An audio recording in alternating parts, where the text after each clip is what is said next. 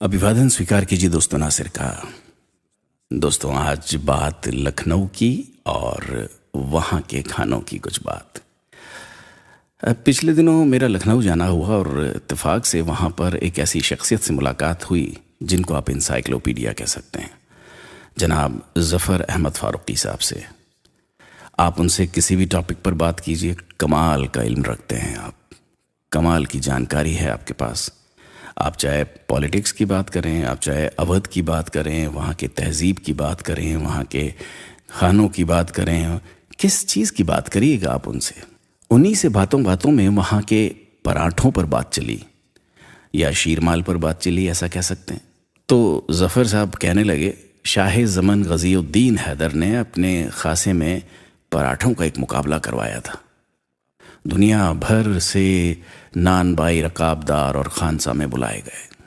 अब नवाब साहब की ख्वाहिश थी कि सबसे बेहतरीन पराठा तैयार हो जो कभी भी खाया जा सके, गरम भी, ठंडा भी, सब्ज़ी के साथ भी, गोश्त या कबाब के साथ भी, चाय के साथ भी और रूखा भी। इस मुकाबले में 3000 से ज़्यादा पराठों की किस्म रखी गई थी। समझ रहे हैं ना आप, 3000। अब बाकायदा एक जूरी को मुंतखब किया गया था, यानी एक जजेस बैठाए गए थे जो इन पराठों की क्वालिटी और टेस्ट को कसौटी पर परख सके।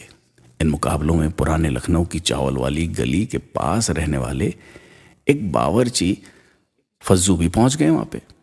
अब ज़फ़र साहब यहाँ पे आगे बताते हैं कि अब चूंकि हज़ारों लोग वहाँ पर पहुँचे हुए थे, उसमें फज्जू ने जो पराठा बनाया था उसको चख कर हर कोई उसका दीवाना हो गया। फज्जू ने इस पराठे का नाम शीरमाल रखा। वैसे फ़ारसी भाषा में शीर दूध को और माल घी को कहते हैं। दूध और घी से तैयार किए गए इस पराठे को शीरमाल नाम दिया गया।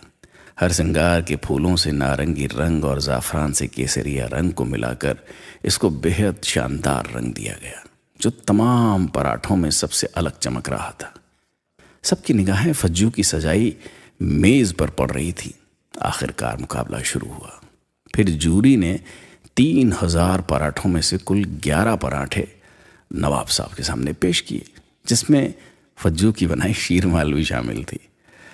नवाब साहब शीरमाल खाकर बेहद खुश हुए और फज्जू को अपने शाही खासे में जगह दी और इनामात से नवाजा।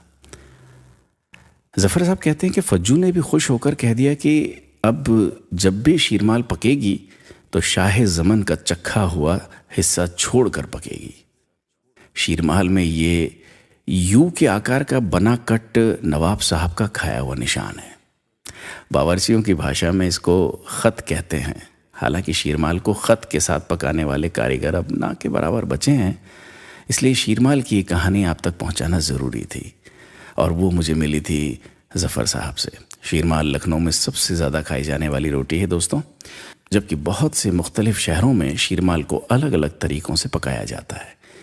जहाँ शीरमाल को कहीं मीठा तो कहीं बहुत मोटा तो कहीं ढेरों मेवे डालकर तैयार कर दिया गया, मगर असल शीरमाल तो बस वही है जो आज भी फज्जू के अपने मोहल्ले चावल वाली गली में मिलती है। और लखनऊ के हर आयोजन, चाहे वो खुशी हो या गम हो, अमीर का हो या गरीब का हो, शीरमाल हर दस्तरखान की जीनत आज भी बनी हुई है। बहुत शुक्रिया ज़फ़र साहब आपकी इस खूबसूरत जानकारी के लिए।